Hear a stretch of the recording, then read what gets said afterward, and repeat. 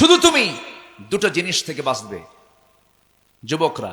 Number 1, অবাধ যৌনাচার থেকে নিজেকে কন্ট্রোল করবে। নাম্বার 2, সকল প্রকার মাদক থেকে, নেশা থেকে নিজেকে গুটিয়ে রাখবে। এই দুই নেশা জীবনকে শেষ করে দেয়।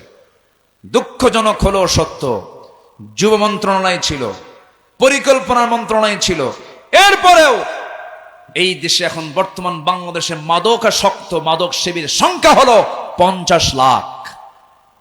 নাউজুবিল্লাহ বলবেন না? 50 লক্ষ।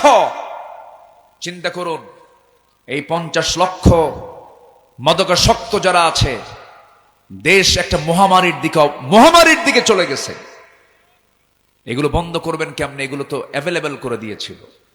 সম্মানিত ভাইয়েরা, সম্মানিত যুব সমাজ, আমি আপনাদেরকে বলতে চাই, সবকিছু ছেড়ে দিয়ে আল্লাহর সঙ্গে সম্পর্ক গড়ি আমরা। আমাকে দেওয়ার মতো একজন দিবেন, তিনি আমার কে? আল্লাহ পাক।